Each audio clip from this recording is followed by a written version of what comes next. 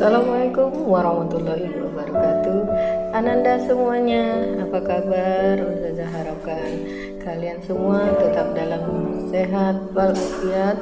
Jangan lupa tetap menjaga kesehatan. Ananda tetap semangat belajar ya, Ananda yang soleh dan soleha, yang cerdas dan pintar.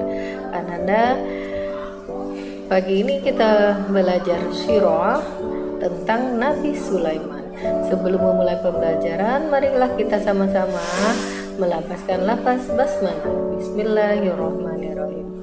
Ananda semua, dalam agama Islam, Allah Subhanahu wa Ta'ala memiliki utusan yang bertugas memimpin umatnya di suatu waktu, yaitu adalah Nabi dan Rasul. Nah, mereka semuanya dikaruniai mukjizat, yaitu suatu kejadian yang sangat luar biasa yang sekaligus menjadikan bukti ya bahwa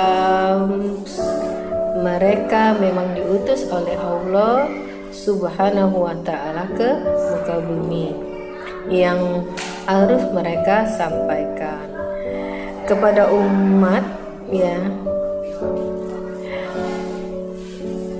Ananda, kali ini kita bahas tentang Nabi Sulaiman. Nabi Sulaiman adalah anak dari Nabi Daud yang pernah kita pelajari sebelumnya. Setiap nabi pasti Ananda memiliki kelebihan serta keteladanan yang patut kita contoh. Ananda, Nabi Sulaiman ada mewarisi semua kelebihan yang dimiliki oleh ayahnya, yaitu Nabi Daud.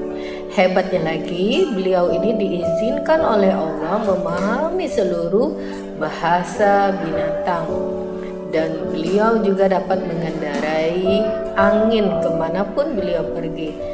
Dengan menaiki angin, perjalanan unta selama 2 bulan pun dapat ditempuh hanya dalam suatu hari saja.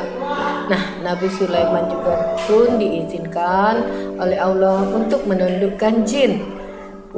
Para jin dapat diperintahkan membuat bangunan, kemudian mencari mutiara ke dasar laut, dan banyak hal-hal lagi yang lainnya.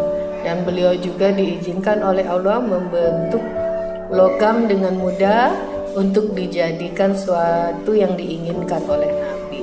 Nah, bala tentara Nabi Sulaiman juga terdiri dari bangsa manusia dan jin serta hewan. Nah, beliau kemanapun pergi, siap mereka mengawal. Bahkan burung-burung memayungi beliau apabila beliau pergi di bawah matahari yang bernama burung hudhud. Nah, para jin selain diperintahkan untuk membangun istana yang megah, beliau juga raja jin yang tunduk kepadanya yang bernama jin Ifrit.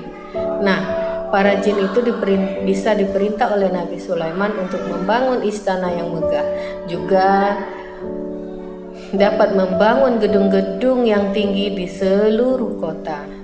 Nah, tentunya beliau juga tidak pernah melupakan rakyatnya sebagai raja.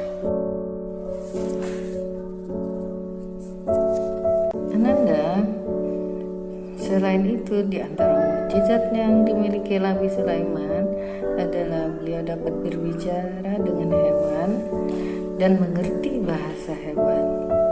Nah, kemudian dapat menundukkan angin. Yang keenam adalah cincin yang berasal dari langit yang punya 4 sisi. Dan selanjutnya, yang ketujuh, melimpahnya harta benda yang dimilikinya, yang dianugerahkan kepada Allah Subhanahu wa Ta'ala. Serta yang terakhir, sanggup mendengarkan suara yang lirih atau lembut yang kecil dari kejauhan. Itu Baiklah Ananda, tadi kisah telah mukjizat Nabi Sulaiman. Sekarang adalah kisah teladan Nabi Sulaiman yang dapat kita ambil hikmahnya. Yang pertama adalah dia termasuk orang yang sangat cerdas, kemudian adil dan bijaksana dalam memutuskan suatu permasalahan. Yang kedua, beliau adalah seorang nabi yang sangat taat kepada Allah Subhanahu wa Ta'ala.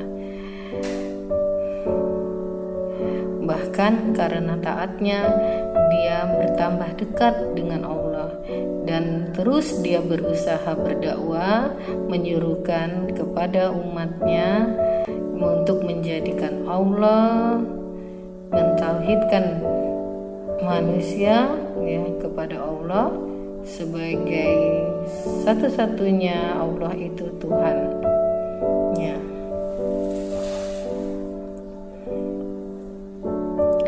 Yang keempat, selalu senantiasa bersyukur kepada Allah atas semua kenikmatan yang diberikan kepadanya. Dan dia tidak sombong walaupun dia diberi banyak anugerah oleh Allah serta kelebihan. Yang kelima adalah dermawan. Dia tidak pelit kepada rakyatnya. Dan keenam, terakhir, menyayangi semua makhluk hidupnya. Dan terakhir, beliau adalah nabi yang pertama sekali menulis bismillah. Ketika beliau menulis surat dakwah untuk Ratu Saba, yaitu Ratu Balqis, yang dibawa dan disampaikan melalui burung hudhud. Demikian Ananda, cerita singkat tentang Nabi Sulaiman. Semoga Ananda dapat menyimak dan memahaminya. Ustazah akhiri dengan sama-sama melepaskan nafas hamdalah. Ustazah tutup dengan wassalamualaikum warahmatullahi wabarakatuh.